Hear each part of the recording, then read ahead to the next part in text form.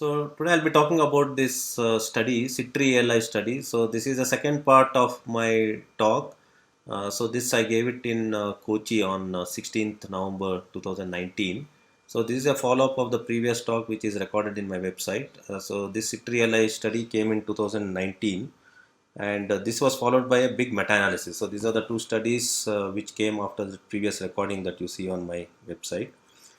So this came in JAMA. So there was a previous study by Fowler et al. So very early on study which was done by Fowler et al.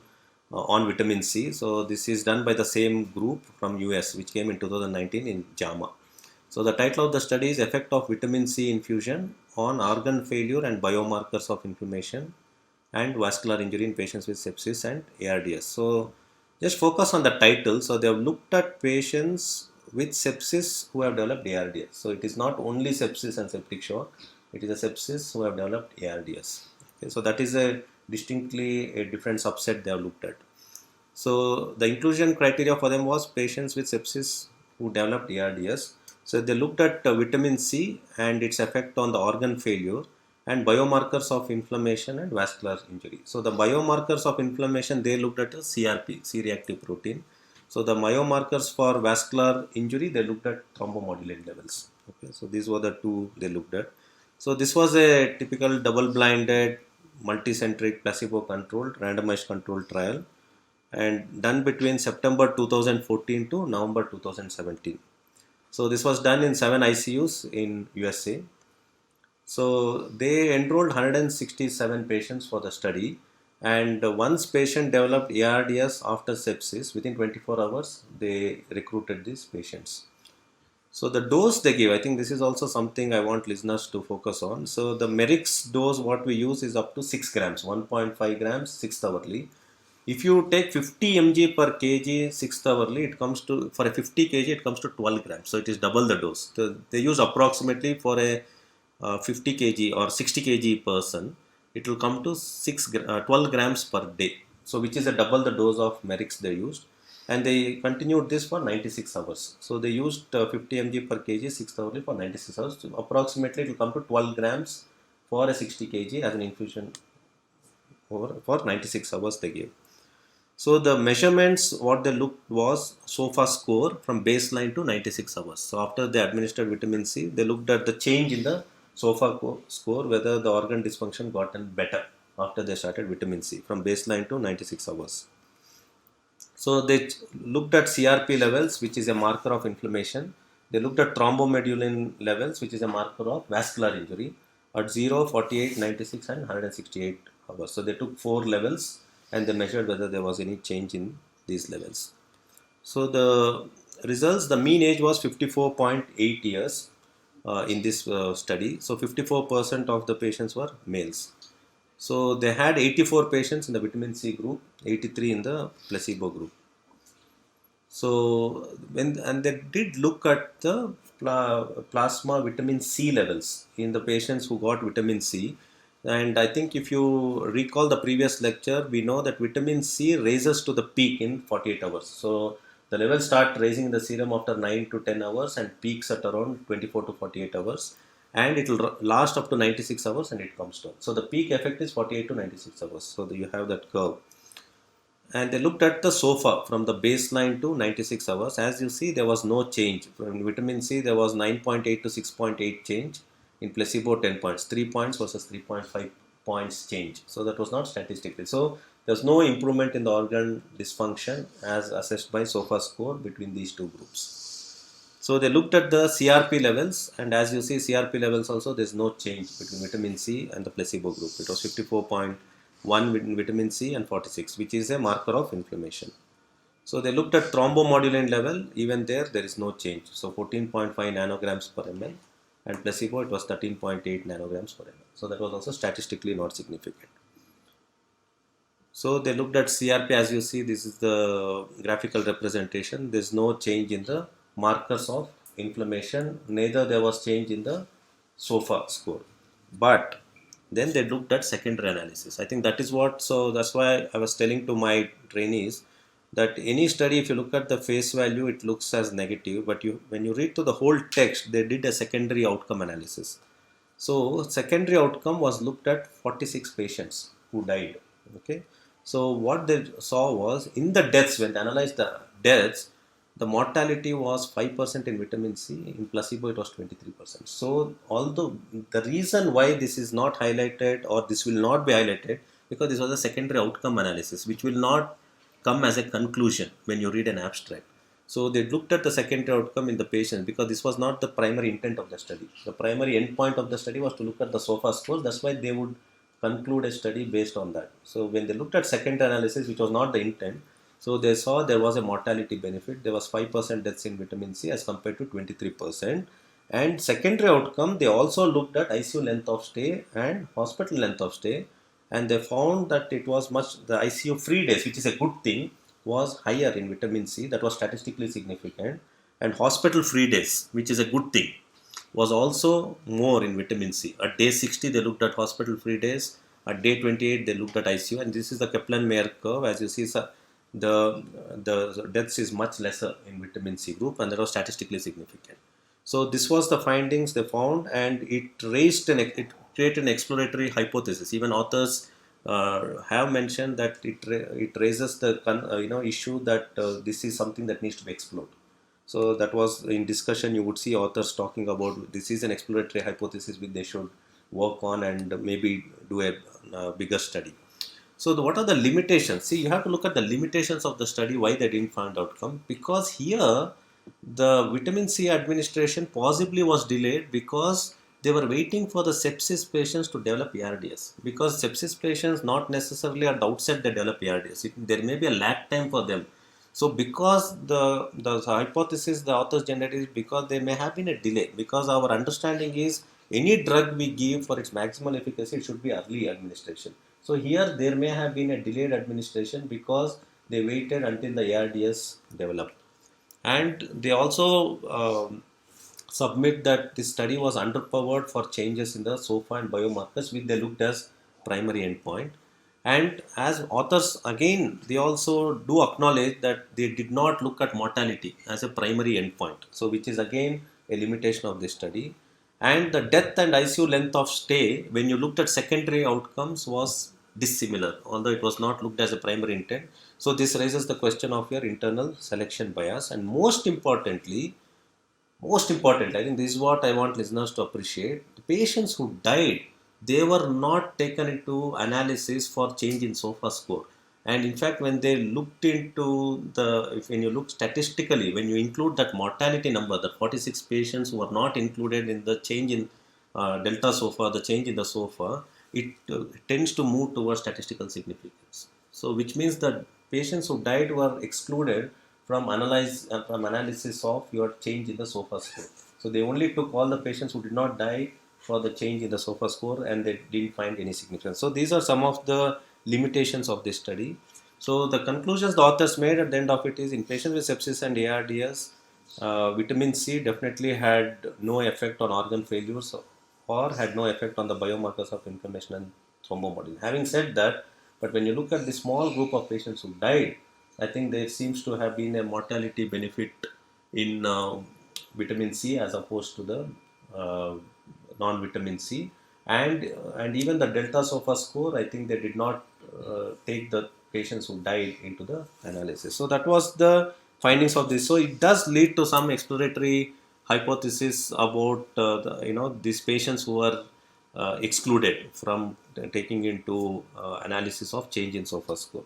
So after this study, I think this big meta-analysis come. I think this is the biggest meta-analysis of vitamin C ever, which you could find in literature. This came in June or July 2019.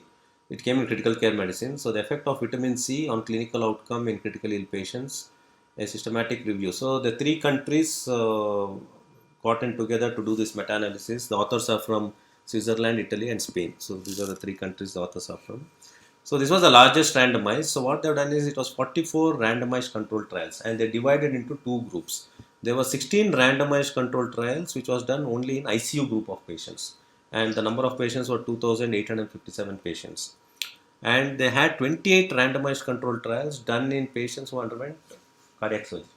Because I think there's a huge data or scientific literature on the role of vitamin C in cardiac surgery patients, and you see that number to be much bigger. 3,598 patients undergoing cardiac surgery where vitamin C has been used. I think they have taken 28 randomized controlled trials, and they looked at the results, and they took all the studies done between 95 to 2018. So that comes to almost 2 decades. So they have taken all the articles over last 2 decades. So these are the results. So when they took the ICU patients between vitamin C and placebo, they looked at mortality, acute kidney injury, ICU length of stay hospital. There was no difference between vitamin C and placebo. There is no statistical significance. So with ICU group of patient, from the meta-analysis, there is no difference between the vitamin C and placebo group. However, in cardiac surgery patients, so these are patients who underwent cardiac surgery where vitamin C was used. So they found that ICU length of stay and hospital length of stay was significantly less in the vitamin C group. And atrial fibrillation also, the risk of atrial fibrillation was found to be significantly lower in patients receiving vitamin C as compared to placebo in these cardiac surgery patients. But when they looked at again post cardiac surgery, mortality, acute kidney injury, stroke, and they looked at ventricular arrhythmias, there was no difference between the vitamin C and the placebo group. So from this meta-analysis, the conclusions authors made was that there's no firm conclusions that could be made from this. The reason being because the findings were a little different in ICU population and it was a little different in post-cardiac surgery. There seems to have been some benefit.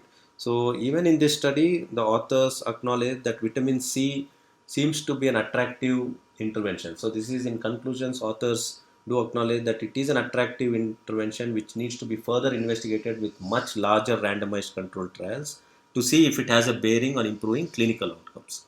So if you look at all these studies now in unison, I think it is still not, the verdict is still not very, very clear whether it is absolutely of no use or there is some possible benefit.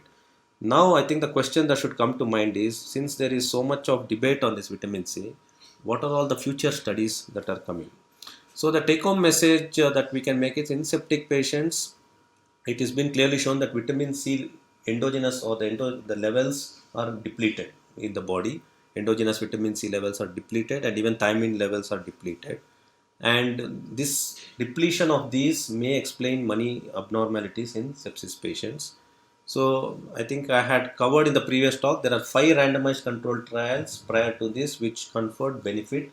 And the key thing is none of the trials have shown adverse events with vitamin C, because that is a very important aspect of any study, whether it causes any side effects. The CITRI ALI study, although on the face of it, it is negative, but the secondary outcomes favor mortality benefit, which again needs to be explored and investigated in a much larger trial. And as I said, deaths were eliminated from delta SOFA analysis, which again remains an important limitation. So had we included the deaths, maybe the delta SOFA score would have become significant. And it was following the CITRI LI, there was an editorial from Merrick where he said that there is statistical significance once you include the deaths into the SOFA analysis. So I think we did a study in Columbia Asia Hospital. The interim analysis shows trend towards mortality benefit, but it's an ongoing study. That's why I'm not putting up the study numbers in this talk. There is a trend towards mortality benefit and we are still recruiting the patients. So now the question remains, what are all the future studies that all of us should keep an eye on? So Victor studies is a US study. So there are 12 studies, nearly 12 studies that are in the pipeline whose results are meant to be out, which should possibly give us a good verdict whether vitamin C still holds some promise. So Victus is from US, which the enrollment is happening. The study may be out anytime this year or early next year. So there are around 9 studies. So the ACT study is from US group. So they are using same vitamin C, thiamine and hydrocortisone in septic shock. Even here they are looking at change in the SOFA score as their primary outcome. Then you have this hydrocortisone, vitamin C, thiamine in septic shock study by Chinese group. So the population is they're looking at sepsis and septic shock. Primary outcome they're looking at hospital mortality. Then you have this vitamin C, thiamine, hydrocortisone from Slovenia. So they are looking at severe sepsis, septic shock. They are looking at hospital mortality as a primary outcome. This is a nice name, Oranges study, which is again coming from US group. They are looking at hospital mortality as a primary outcome. So all these studies are in the pipeline. Then Australia, New Zealand group. So I can sort of see where the results in Australia. Most of the Australian studies would be negative. I would expect same in vitamin study. So they are looking at vasopressor free days as a primary outcome. And there is this HY hydrocortisone vitamin study from Qatar group. So that is also looking at hospital mortality as a primary outcome. So in India, there is one study which is registered for randomized control trial, which is called a STAC study. So they are looking at shock reversal as a primary outcome. And there is another US study. So that's about the study. So I thought it's good to dwell historically into the whole concept of vitamin C. So for all the listeners, I would have asked this as a question. So the first concept or understanding of vitamin C came from this James Lind. So as many of you know, I'm a medical philatelist. So this stamp shows James Lind and the sailors feasting on oranges. So that was the first time it was shown to the world that scurvy, which was a dreaded disease, could be treated by eating vitamin C rich fruits. And this he published in a treatise on scurvy in 1753 by James Lind. And this study, where he showed its benefit, was in 12 sailors. So 12 patients, he showed a benefit by eating vitamin C rich food that you could treat scurvy. So it was the first sort of a study you could think of in vitamin C. And he called that vitamin C rich diet as ant-scorbutic feeds. So whatever components which are rich in vitamin C, he put it under the nomenclature as ant-scorbutic. And so I would have asked the listeners, would you know who got the Nobel Prize for discovering vitamin C? So there were two people who got Nobel Prize in 1937 for the discovery of vitamin C. So one was Charles Haworth. So he's a UK guy. So he got a 1937 Nobel Prize for extracting vitamin C, and that's the vitamin C structure in the orange depicted in Great Britain stamp issued in 1977 to commemorate this Nobel laureate. And if you see, his name is here, Charles, it would be here, Haworth. And another Nobel laureate is this guy. So he's an Hungarian guy. He's a Polish guy commemorated on a Hungarian stamp, 1988, Albert Zent Georgi. So how did they extract vitamin C? So I would have asked this as a quiz question. So basically he extracted these guys, Haworth and Georgi. They extracted a molecule from the adrenal cortex. They didn't know it was vitamin C. They extracted a molecule from vitamin C. So this molecule showed a unique properties of giving hydrogen and then gaining and losing hydrogen alternatingly. So they found this unique characteristic of this molecule which lost hydrogen and then regains the hydrogen. And it had 6 carbon atoms. And if you see the previous picture, it did show the molecular structure of vitamin C. And these 6 carbon atoms exhibited characteristics of sugar and acid both together. And the first name given to vitamin C by these people who discovered vitamin C was hexuronic acid. They didn't knew that it was, later on it was labeled as vitamin C and ascorbic acid. Initially, since it showed characteristics of sugar and acid, they called it as hexuronic acid, which was later coined as ascorbic acid bar vitamin C.